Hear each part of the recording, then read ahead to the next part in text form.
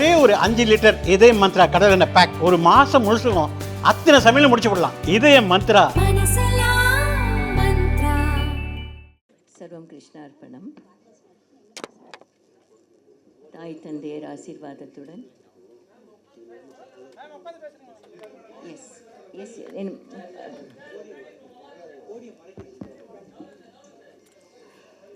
தனியாக உட்கார வச்சுட்டாங்க மேலே.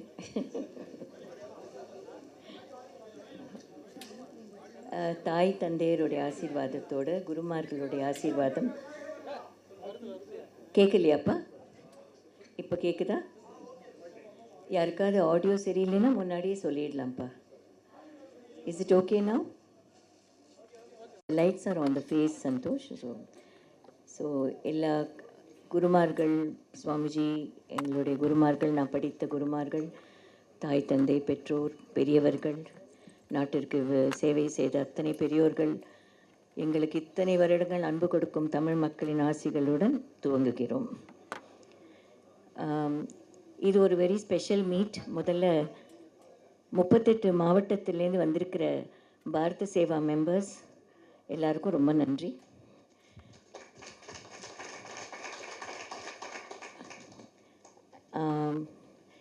இது ஒரு பீப்புள்ஸ் மூமெண்ட். அதாவது கூடி வாழ்ந்தால் கோடி நன்மை அப்படின்ற ஒரு ஃபிலாசபி நம்ம நாட்டில் இப்போ இல்லை, பண்டைய காலத்திலிருந்து, ஆதி காலத்திலிருந்து இந்த நாடு எல்லாருக்கும் ஒரு உதாரணமாக இருந்தது. எப்படி நாம் வரவேற்றோம், எப்படி உபச்சரித்தோம், எப்படி விருந்தோம்பல் செய்தோம், எப்படி நம்ம ராஜாக்கள் நம்மளுக்கு பெருமை சேர்த்தார்கள், எப்படி வள்ளல்களாக இருந்தார்கள், இந்த நாட்டிற்கு எப்படி சேவை செய்தார்கள், ஜனங்களுக்கு எப்படி அந்த சௌகரியங்களை கொண்டு போய் சேர்த்தார்கள். நாடே வீடு மாதிரி இருந்துச்சு. அதனால அந்த ஃபிலாசபிக்கு அடியில் பாரத தேசம்ன்றது நம்மெல்லாம் பெருமைப்படக்கூடிய ஒரு விஷயம். பாரத தேசம்ன்ற சிம்பல் நம்ம இந்த நாட்டில் வாழறதுக்கே பெருமைப்படணும். இப்போ நம்ம ஆஸ் அ சிட்டிசன் நம்ம ஒன்றா சேர்ந்து நம்ம நாட்டிற்கும் நம் சமுதாயத்திற்கும் நமக்கும் எப்படி ஒன்றாக சேர்ந்து வாழ்வது, அதுக்கு தான் கூடி வாழ்ந்தால் கோடி நன்மைன்னு சொன்னேன் நான். எந்த ஒரு நாடு குழந்தைகளுக்கு பாதுகாப்பாக இருக்கோ அது எல்லாருக்கும் பாதுகாப்பான நாடுன்னு அர்த்தம். ஸோ நாங்கள் துவங்குவது எப்போவுமே குழந்தைங்கள்கிட்ட தான். எந்த தெருக்கள் குழந்தைங்களுக்கு சேஃபாக இருக்கோ, எந்த சமுதாயம் குழந்தைங்களுக்கு பாதுகாப்பாக இருக்கோ, இங்கே பயமே இல்லை அப்படின்னு எப்போ நடக்க முடியுதோ, பக்கத்து வீட்டில் கூப்பிட்டா வருவாங்க, எதிர் வீட்டில் கூப்பிட்டா துணை இருக்கும், தெருக்கோடியில் ஒரு துணை இருக்கும் நினச்சி எப்போ நம்ம வாழறோமோ அப்போ தான் நம்ம எல்லாருக்குமே பாதுகாப்பு. எனக்கு என்ன வந்தது, இது எனக்கு சம்மந்தம் இல்லாத விஷயம்னு எதுவுமே கிடையாது. இன்றைக்கி நம்ம பாதிக்கிற ஒரு விஷயம் எதிர் வீட்டில் ஒருத்தருக்கு இன்னொரு நாள் பாதிக்கும், பக்கத்து வீட்டில் இன்னொரு நாள் பாதிக்கும். ஸோ ஜனங்க பொதுவாக ஒரு சமுதாயமாக எப்போ ஒற்றுமையாக ஒன்றா சேர்ந்து வேலை செய்யணும். தெருக்கு தெரு நம்ம ஒருத்தருக்கு ஆதரவாக இருக்கணும், ஒருத்தருக்கு ஒருத்தர் தேவை. இப்போது அந்த காலத்தில் விஜிலன்ஸுன்னு ஒன்று இருந்தது, ஊர்காவல்னு ஒன்று இருந்தது, எல்லை காவல்னு ஒன்று இருந்தது, வயக்காட்டில் காவல்னு இருந்தது.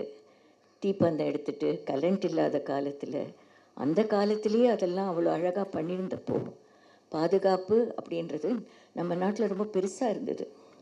இப்போ நாங்கள் எல்லாருக்கும் நேற்று ஒரு ஷீட் கொடுத்துருந்தேன், அதை வச்சு நான் இப்போது துவங்குறேன். I think it's better to have the podium no Santosh, so that I can stand. உங்களுக்கு இதில் என்னென்ன கஷ்டமாக இருக்கப்பா? எந்த மைக்ப்பா? போடியம் மைக் பண்ணிட்டு துவங்குவதற்கு முன்னால் தமிழக மக்களுக்கும் உலகம் ஃபுல்லாக இருக்கிற சாரோட ரசிகர்களுக்கும் எப்படி நன்றி சொல்கிறதுன்னு எனக்கு தெரியல. ஏன்னா வருஷம் நான் சொல்கிறேன், தலை வணங்கி வணங்குகிறோம் உங்கள் நண்பருக்கு. ஏன்னா உலகம் ஃபுல்லாக இந்த 50வது வருஷம் 75வது வருடம் அப்படின்னு சொல்லிட்டு என்னை தொடர்பு கொண்டு எவ்வளோ விஷயங்களை பகிர்ந்துக்கிறாங்க. சின்ன சின்ன 20 வருஷம் 30 வருஷம் முன்னாடி சினிமாவுக்கு வாங்கி வச்ச டிக்கெட்லேருந்து எங்கிட்ட அனுப்புகிறாங்க, போஸ்டர் அனுப்புகிறாங்க, பேப்பரில் வந்த ஆர்டிகல்ஸ் அனுப்புகிறாங்க. இதை ஷேர் பண்ணிக்கிறோம் மேம் 50வது வருஷத்துக்கு. நிறைய திங்ஸ் அவங்க கலெக்ட் பண்ணி வச்சது நான் கலெக்ட் பண்ணி வச்சுருக்கேன் நிறைய. அது மாதிரி இதை எல்லாத்தையும் ஒரு ஒரு குரூப் ஆஃப் பீப்புள் எங்கேயோ ஒரு இடத்துல வச்சு அதை பாதுகாத்துட்ருக்காங்க. கண்டிப்பாக அதை பொக்கிஷமாக வச்சு ஒரு நாளைக்கு உங்கள் எல்லாருக்கும் காட்டுவோம்.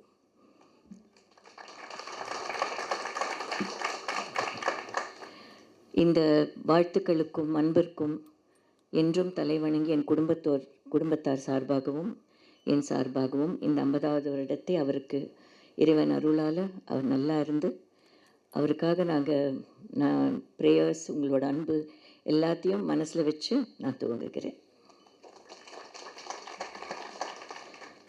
அண்மையில் நடந்த சில விஷயங்கள் எங்களை ரொம்ப பாதிச்சுது.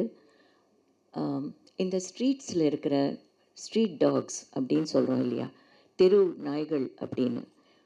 முன்னெல்லாம் நாய்கள் ஏதோ ஒரு சின்ன ஒரு 2 தெருவுக்கே ஒரு ஃப்ரெண்டாக ஒரு நாய் சுற்றின்னு இருக்கும். எல்லார் வீட்லேயும் கொஞ்சம் சாப்பாடு கொடுப்பாங்க, அது கடைக்கு போகும், பிஸ்கெட் சாப்பிடும், டீ. அப்படி இருந்த நாய்கள் அது ஃப்ரெண்ட்லி டாக்ஸ் அந்த தெருவிலேயே வளர.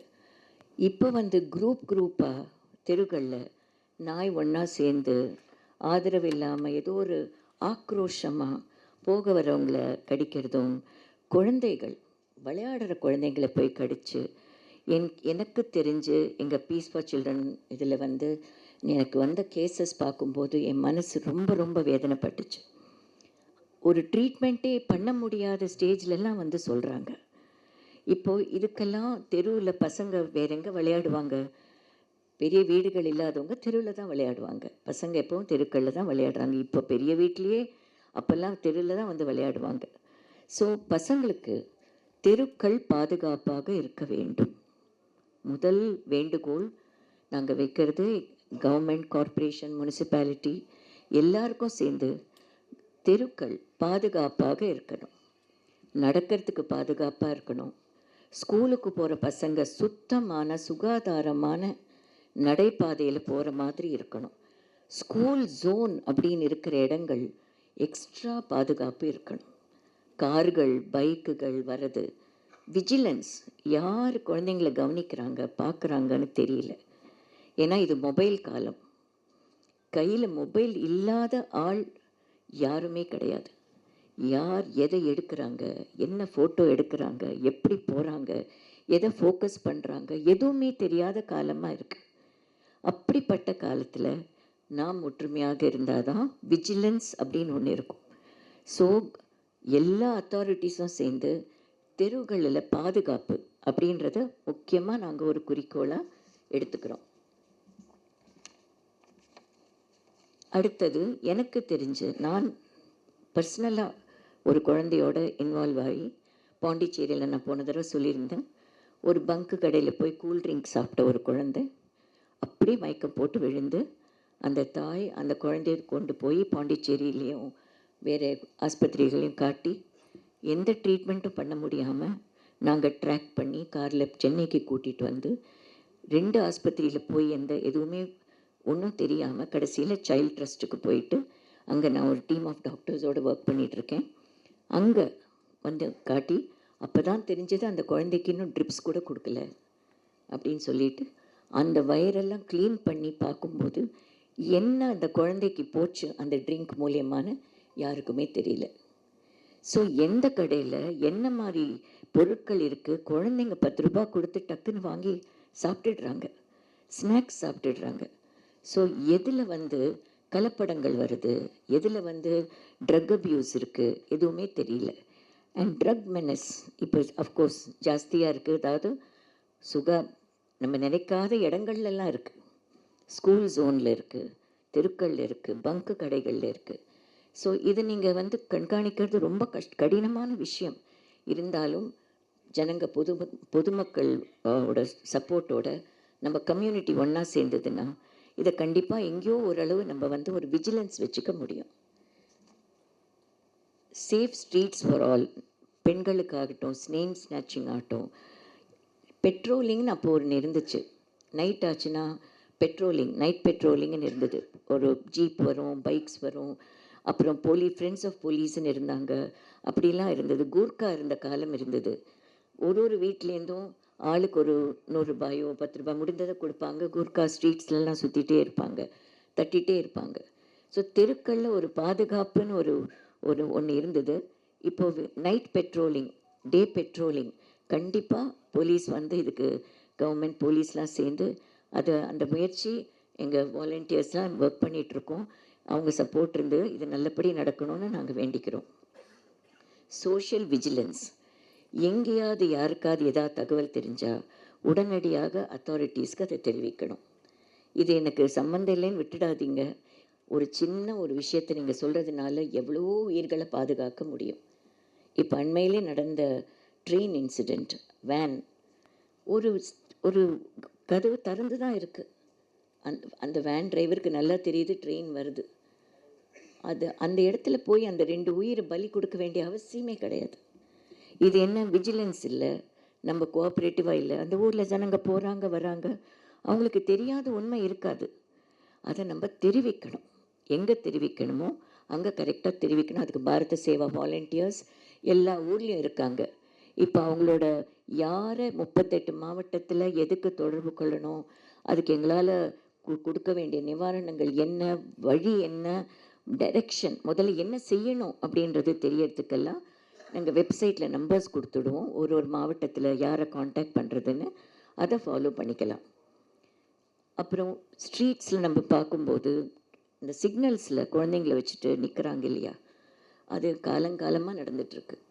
அந்த குழந்தை அந்த வெயில்லையும் அந்த மழையிலையும் நிற்கிறத பார்க்கும்போது இப்போ எல்லார் வீட்லேயும் குழந்தைங்க இருக்காங்க. அதுவும் ஒரு குழந்தை, நம்ம சமுதாயத்தை நம்பி அதுவும் இருக்குது. ஸோ ஷெல்டர்ஸ் வேணும். இனிமேல் ஸ்ட்ரீட் சில்ட்ரன் ஒன்று இருக்கவே கூடாதுங்க. தெருக்களில் இருக்கணும்னு இருக்க எல்லாருக்கும் ஷெல்டர்ஸ். அது டாக்ஸுக்காக இருந்தாலும் ஷெல்டர்ஸ் வேணும், சில்ட்ரனாக இருந்தாலும் ஷெல்டர்ஸ் இருக்கணும். ஷெல்டர்ஸ் க்ரியேட் பண்ணுறதுக்கு என்ஜிஓஸ் நிறைய பேர் வேலை பண்ணிகிட்ருக்காங்க.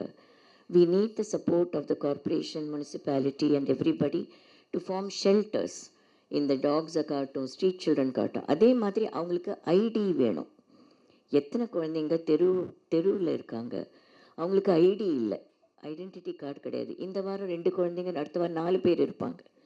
எங்கேருந்து வராங்க, எப்படி இருக்காங்க, யாருக்குமே தெரியாது. வேறு போட்ஸ் தெரியாது. ஏன்னா இதெல்லாம் கவனிக்கிற நேரம் கிடையாது யாருக்கும். அவங்கவுங்க வேலையில் பிஸியாக ஓடிட்டுருக்கிற காலத்தில் பொது காரியங்களை பற்றி நினைக்கிறதுக்கே எங்கள் ஆள் கிடையாது. அவ்வளோ ஃபாஸ்ட் உலகமாக இருக்குது. பாதி நேரம் மொபைலில் போயிடுறது, பாதி நேரம் டெலிவிஷனில் போயிடுறது. இதில் போகிறதுனால நம்ம தெருவில் என்ன நடக்கிறதுன்ற ஒரு ஜனங்களுக்கு வேணுங்கிற அந்த ஒரு திங்கிங்கே போயிடுச்சு. இப்போ நம்ம எல்லாம் சேர்ந்து ஒரு அவேர்னஸ், ஒரு அலர்ட்னஸ் வந்தால் தான் ஊர் பாதுகாப்பு, ஊர் காவல் அப்படின்னு ஒன்று வரும். இந்த ஹோம்லெஸ் கிட்ஸுக்கெல்லாம் டாக்குமெண்டேஷன் வேணும். இவங்க தான் இந்த தெருவில் இருக்காங்க, இத்தனை காலமாக இருக்காங்க, இவங்களுக்கு ஒரு ஐடி வேணும் அப்படின்றது கண்டிப்பாக வேணும்.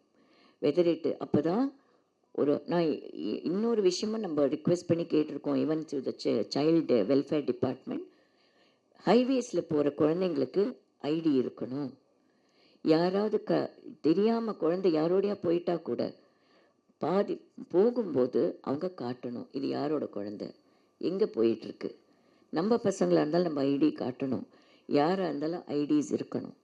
ஐடென்டிட்டி கார்டு இல்லாமல் குழந்தைக்கு எங்கேயுமே நீங்கள் அனுப்பக்கூடாது, தனியாக விடவும் கூடாது. எந்த இடத்துலையும் எந்த ஏரியாலையும் குழந்தைங்கள தனியாக விட்டுடாதீங்க. வாசலில் விளையாடுறது, உள்ளே நம்ம வேலை பண்ணலாம், அங்கே இருக்கலாம், பண்ணவே கூடாது. ஏன்னா அந்த காலம் அப்படி, இப்போ இருக்கிற காலம் அப்படி. அதனால் நம்ம அந்த காலத்துக்கு ஏற்ற மாதிரி பாதுகாப்பையும் அலர்ட்னஸையும் நம்ம தான் கொண்டு வரணும். And organise government program for அந்த ஆர்ஃபன்டு கிட்ஸுன்னு சொல்கிறோம். அந்த ஹோம்ஸ் எல்லாம் பார்த்தா ரொம்ப வருத்தமாக இருக்குது. அந்த ஹோம்ஸ் எல்லாம் நல்லபடி வச்சு நம்ம பசங்க மாதிரி அந்த குழந்தைங்களுக்கு பேசிக் ஒரு சாப்பாடாகட்டும், ட்ரெஸ் ஆகட்டும், ஸ்கூலிங் ஆகட்டும். இப்போ திருவள்ளூர் டிஸ்ட்ரிக்டில் எங்கள் வாலண்டியர்ஸ் வந்திருப்பாங்க. இப்போ ரீசெண்டாக நாங்கள் போய் பார்த்ததில் 95 பசங்க படிக்கிற அந்த ஸ்கூலில் அங்கே பாம்புகள் டெய்லி உள்ளே வந்து போகுது. 5-6 பாம்புகள் டெய்லி சுற்றி காடு. உடனே நாங்கள் வாலண்டியர்ஸ் அனுப்பி அங்கே பாதுகாத்து அந்த பிரின்சிபலை மீட் பண்ணி அங்கே என்ன பண்ணணுன்றதை இப்போ பார்த்துட்ருக்கோம். அது மாதிரி தெரிவித்தா கூட போதும். இந்த இடத்துல இப்படி இருக்குது, இந்த இடத்துல இப்படி இருக்குது, இந்த இடத்துல இப்படி இருக்குன்னு தெரிவித்தா கூட நம்ம அடுத்த ஒரு தவறு நடக்காமல், ஒரு பாம்பு கடித்து ஒரு குழந்தை கஷ்டப்படுன்னு தெரிஞ்சு அந்த மாதிரி ஒரு சுச்சுவேஷனுக்கு வராமல் முன்கூட்டி முன் அறிவிப்போட நம்ம சில காரியங்களை செய்ய முடியும். ஸோ இப்போ நாங்கள் ஃபார்மர்ஸ் கூட ரொம்ப ஸ்ட்ராங்காக ஒர்க் பண்ணிகிட்ருக்கோம். ஃபார்மர்ஸ் அவங்க ப்ரொடியூஸ் டைரெக்டாக போய் ஜனங்களுக்கு சேரணும், பாதுகாப்பு ஃபார்மர்ஸ்க்கு வேணும், அவங்க வாழ்வாதாரத்தோட பாரத் மார்க்கெட்டுன்னு ஒன்று ஸ்டார்ட் பண்ணியிருக்கோம். ஃபார்மர்ஸோட வாழ்வாதாரத்தில் ரொம்ப கீனாக ஒர்க் பண்ணிகிட்ருக்கோம். அதே மாதிரி அன்கல்டிவேட்டட் லேண்ட்ஸ் அது நிறைய இருக்குது நம்மளுக்கு. அதை கல்டிவேஷனுக்கு எப்படி கொண்டு வருது, அவங்களுக்கு எப்படி ஒருத்தருக்கு இருக்குன்னு சொன்னால் தெரிவித்தா போகிறோம். நாங்கள் அந்த ஃபாரஸ்டேஷன் பண்ணி கொடுத்துட்றதுக்கு எங்கள் கிட்ட ஒரு டீம் இருக்குது. ஒரு அஃபாரஸ்டேஷன் சொல்கிறது டீஃபாரஸ்டேஷன் பண்ணாமல் அந்த கல்டிவேஷன் பண்ணி அந்த ஃபார்மருக்கே கொடுத்துடலாம். அது எப்படி முன்னுக்கு கொண்டு வருது, எப்படி பண்ணுறதுன்றது செய்யறதுக்கு கூட எங்களுக்கு இருக்குது. வேர் ஹவுசிங் பண்ணுறதுக்கும் இருக்குது. அவங்களுக்கு கொடுக்குற அட்வைஸ், அவங்களுக்கு பண்ணுற இன்சூரன்ஸ் எல்லாமே ஃபார்மர்ஸோடு ரொம்ப ஸ்ட்ராங்காக நாங்கள் சில கம்பெனிஸோடு ஒர்க் பண்ணிகிட்ருக்கோம். அந்த ப்ரோக்ராம் நடந்துகிட்ருக்கு. ப்ளூ க்ரீன் நேச்சர் கன்சர்வேஷன் பேர். அதாவது நீர்நிலைகளும் நிலமும் பாதுகாக்கப்படணும். நீர்நிலைகள்னால் பாண்ட்ஸ், ரிவர்ஸ், இதெல்லாம் நம்ம எப்படி அதை திருப்பி ரிவைவ் பண்ணுறதுன்னு என்னோட அருண் கிருஷ்ணமூர்த்தியோட டிஸ்கஸ் பண்ணி ஒர்க் பண்ணிகிட்ருக்கோம். அருண் வந்திருக்காங்களா தெரியல. பட் அவரோட சேர்ந்து இந்த பாண்ட்ஸ் கிளீனிங், ரிவர்ஸ் கிளீனிங், எங்கெங்கே நீர்நிலைகளை சுத்தப்படுத்தி மேம்படுத்த முடியுன்றதை ஒர்க் பண்ணிகிட்ருக்கோம். Health for all age groups. யாருக்கா எதாவது ப்ராப்ளம்னா உடனே மெடிக்கல் ஃபெசிலிட்டி எந்த இடத்துல ஒரு 10 நிமிஷத்துக்கு முன்னாடி வந்திருந்தால் காப்பாற்றிருக்கலாம் அப்படின்னு சொல்கிற மாதிரி சூழ்நிலைகள் நிறைய இருக்குது. ஸோ நம்ம மெடிக்கல் அசிஸ்டன்ஸ் டிஸ்ட்ரிக்ஸில் அந்த எப்படி கொண்டு போய் சேர்க்கறது, ஐ கேம்ப்ஸ் எப்படி பண்ணுறது, பிளட் டொனேஷன்ஸு, ப்ளஸ் நம்ம செய்யக்கூடிய கிளினிக்கல் சப்போர்ட், அதுவும் நாங்கள் ஒர்க் பண்ணிகிட்ருக்கோம் பாரத சேவா மூலிமா.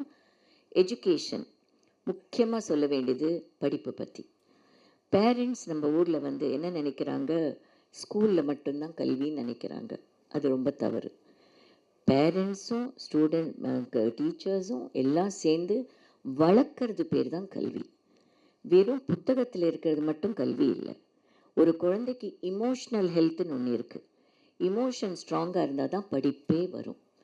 ஒரு கிளாஸில் போய் நீங்கள் உட்கார வைக்கிறதுக்கு முன்னாடி இந்த குழந்தை என்ன மனநிலையில் ஸ்கூலுக்கு வருது, எப்படி படிக்கிறது, என்ன பண்ண முடியும், அந்த ஏஜில் என்ன பண்ண முடியும், உடனே கொண்டு போய் ரொம்ப இன்றைக்கே படித்து நாளைக்கே கலெக்டர் ஆகிடும்ன்ற ஆட்டிடியூட் இல்லாமல் ஒரு குழந்தைய வளர்க்குறதுன்றது தான் கல்வி. அது என்னெல்லாம் நம்ம சொல்லி கொடுக்குறோம், physical, mental, social, ethical, cultural எல்லாமே இருக்குது அந்த படிப்பில்.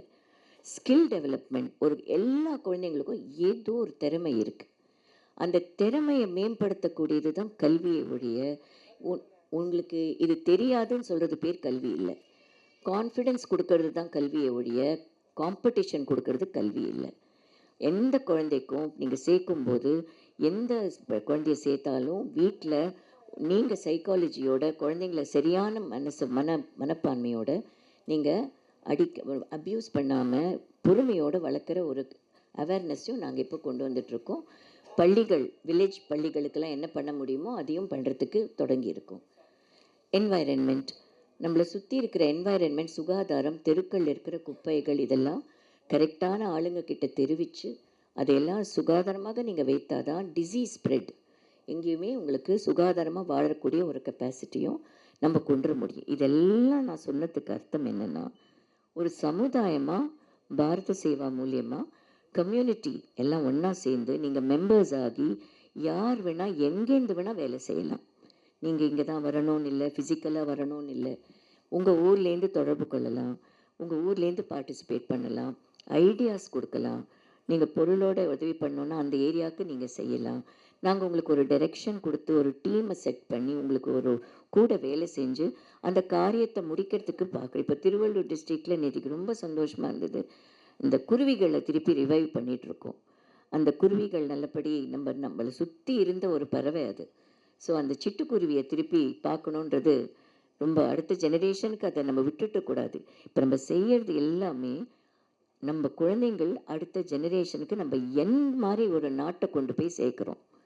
இந்த நாட்டும் இந்த சமுதாயமும் என்ன மாதிரி நம்ம கொண்டு போய் அவங்களுக்கு சேர்க்குறோமோ அப்படி தான் இனிமேல் அந்த தலைமுறை இருக்கும். நாமெல்லாம் அந்த மாதிரி ஒத்துமையாக வாழ்ந்து நம்ம செய்கிறோன்ற பண்பாடு வந்தால் தான் அந்த குழந்தைங்களுக்கும் நம்ம ஏதோ செய்யணும், இந்த நம்ம மற்றவங்களை பற்றி நினைக்கணுன்ற ஈடுபாடு வரும். ஸோ இதெல்லாம் பாயிண்ட்ஸ். பாரத் மார்க்கெட் திருப்பி ராகவேந்திர மண்டபத்தில் நாங்கள் லாஸ்ட் டைம் பண்ண மாதிரி ஆகஸ்ட்டில் திருப்பி பண்ணுறோம். அப்போது அந்த 50 பிளான்ட்ஸ் அங்கே நட்டு சாரோட பிறந்த நாளைக்கு நாங்கள் அந்த 50வது வருஷத்தை மார்க் பண்ணுற மாதிரி ஒரு 50-75 சாப்ளிங்ஸ் அதெல்லாம் நாங்கள் அன்றைக்கி பண்ணுறோம். பண்ணிவிட்டு எங்களை தொடர்பு கொண்டால் நம்ம வாலண்டியர்ஸ் அவர் பேரில் இந்த வருஷம் எல்லா இடத்துலையும் செடிகள் வைக்கிறோம், மரங்கள் நடுறோம். அது ப்ராஜெக்ட் பூமி, ரஜினிகாந்த் பூமி ப்ராஜெக்ட் நான் பேர் வச்சுருக்கேன். ஸோ அந்த சீட்ஸ் வேணால் நம்ம வாலண்டியர்ஸே எல்லா மாவட்டத்துலேயும் கொடுத்துருவாங்க, செடி வேணாலும் கொடுத்துருவாங்க. நீங்கள் அதை கொண்டு போய் வச்சாலே போதும், அதை பாதுகாத்து உங்கள் நண்பனாக நினச்சி சாராக நினச்சி அதுக்கு ஒரு ஊக்கம் கொடுத்தீங்கன்னா அதை நீங்கள் வளர்க்கலாம். எங்கள் வாலண்டியர்ஸ்கிட்டே நீங்கள் வாங்கிக்கலாம், அதுக்கு நீங்கள் செலவு பண்ணணும் கூட இல்லை. அவங்களே பிளான்ட்ஸும் கொடுத்துருவாங்க. எங்கள் ட்ரீ பிளான்டிங் ப்ரோக்ராம் இந்த பூமி ப்ராஜெக்டை சார் பேரில் நல்லபடி தமிழ்நாட்டில் பண்ணி மழை வளம், பூமி வளம் அதை நல்லபடி கொண்டு வந்து நல்ல பச்சை பசேலுன்னு ஒரு நாடாக நம்ம மாற்று முயற்சியில் இறங்குவோம்.